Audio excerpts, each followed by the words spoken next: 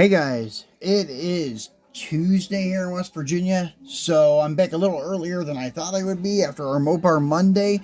I got some new stuff in today. I'm going to crack one of them open for you for our Truckin' Tuesday. I was going to do a 2 for Tuesday with some challengers, but I'll hold off on that. I got a Durango I want to crack open for you. So this is our truck for our Truckin' Tuesday. Not really a pickup truck. It's an SUV, sport utility vehicle, but still it would be classified in the so-called truck department. So this is a 2019 Dodge Durango SRT, done in probably its white knuckle. That's one thing I will say bad about Greenlight. They don't give you a lot of details about the vehicle sometimes. That's one thing I love about Auto World. They give you some like true facts about the vehicle or the manufacturer, and they also give you the paint swatch with a name of the color. And that's really great that they do that, because sometimes I want to know that color or something in case I want to build a model or custom and I want to use that color on it. It's nice to know what it's called. I think they even give you the paint code number too sometimes. But anyways, that's probably what I guess it is. It's white knuckle. Blue for the stripes, have no idea. So anyways, let's flip it over, take a look at it. This is from Series 27. This is probably one of the most reasonably priced regular Durangos that you'll be able to find from Greenlight. The other ones, I have no idea why they've went through the roof. I guess there's a lot of Durango fans out there, and because they're the only company that makes them, as far as I know, that's probably why. But the black with the red stripe, if you can find it, is very expensive. Same with the blue hobby exclusive. It's basically the contrasting of this vehicle. It's blue with white stripes.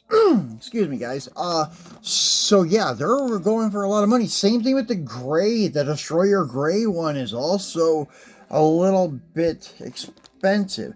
Okay, now, never mind. Well, yeah, it doesn't really tell you the color, their true color name. Well, I guess it does on the 67 Chevy Camaro SS. That's just what's in the lineup. It says it's mountain green.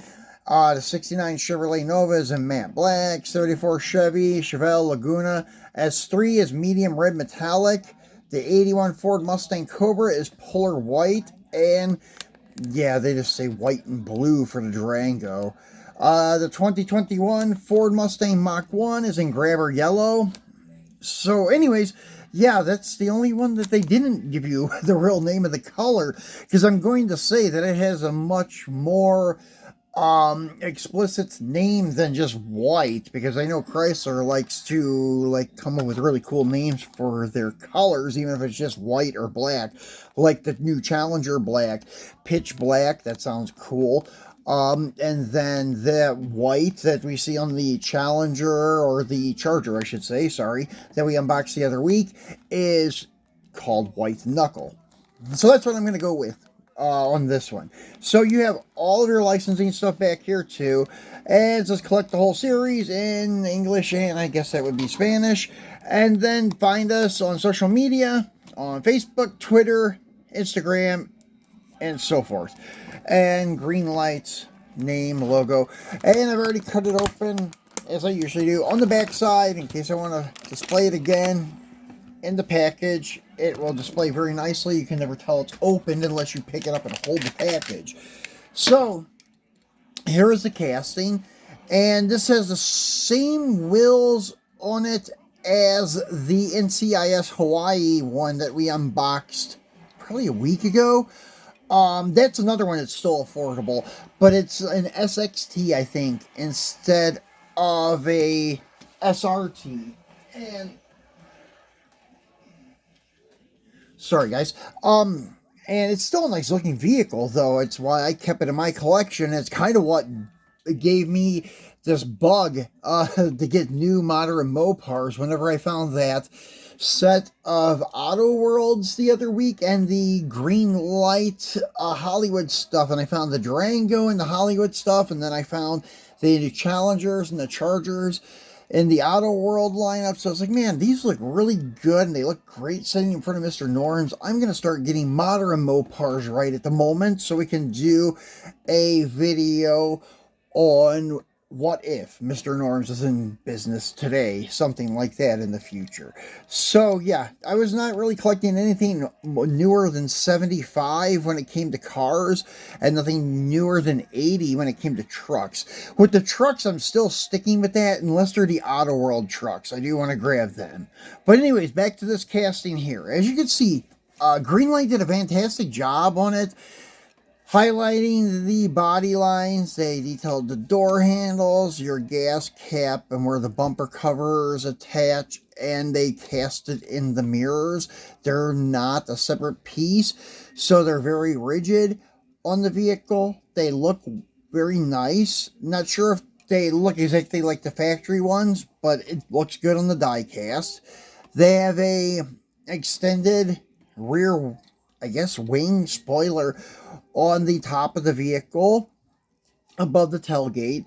The stripes are very well done. They go into every little nook and cranny on the back and on the front, as you can see. Very nicely done. The grill is nicely detailed with that honeycomb finish, and you can see the SRT emblem in the grill. Nicely detailed headlights, even though they are tampos. They still look good. Same thing with the fog lights in the lower part of the bumper cover. And at first, I did not think they put a black decal in there to like show the inside of the air intake on the hood scoop, but they did it. And when I was looking at it in the package, if you look at it like this, you can't really see that black down there. It just looks like blue, and it was all white. But then after I got it out and looked at it, yes, the black is there. It's just very thin. And then you have your reversed air intakes, and they do have their black area for where it would be going inside of the motor compartment. So the hood is nicely done, and you have your antenna up there. I'm guessing that's what that is. I mean, on most newer cars, they don't have sometimes the big metal antennas anymore. They have a small one that's usually used for like the inside Wi-Fi for the vehicle, the GPS units, and all of that stuff.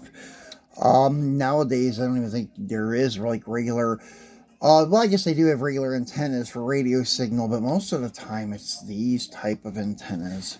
Now, flipping around to the back again, they did a nice job on the rear taillight section, and I do believe that is a separate piece, like an acrylic piece with some detail on it.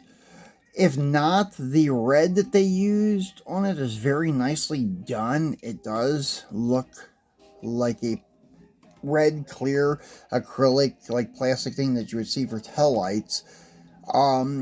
So yeah, I'm not sure. It looks like it's a separate piece, but it may not be. It may be a tampo, but I'm not sure on that.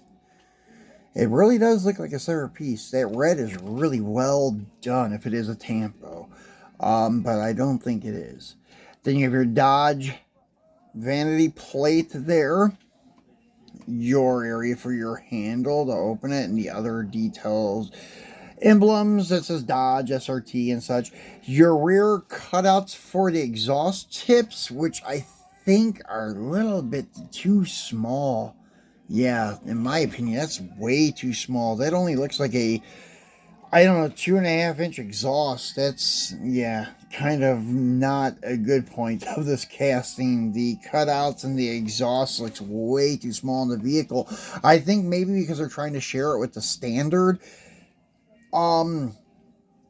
Durangos, the police ones, but I would say even them, like a SXT, even V6, this looks like really, really tiny for the exhaust on this. So that's the downside of this casting, I can tell you already, is the exhaust tips are way too small. The exhaust overall is just way too small, and you don't even see any more detail of it under the vehicle. But it could be hidden by inspection panels on some of the newer vehicles. It's like that, but I did notice with Greenlight, a lot of their newer castings, they're just getting very bland with the detail underneath.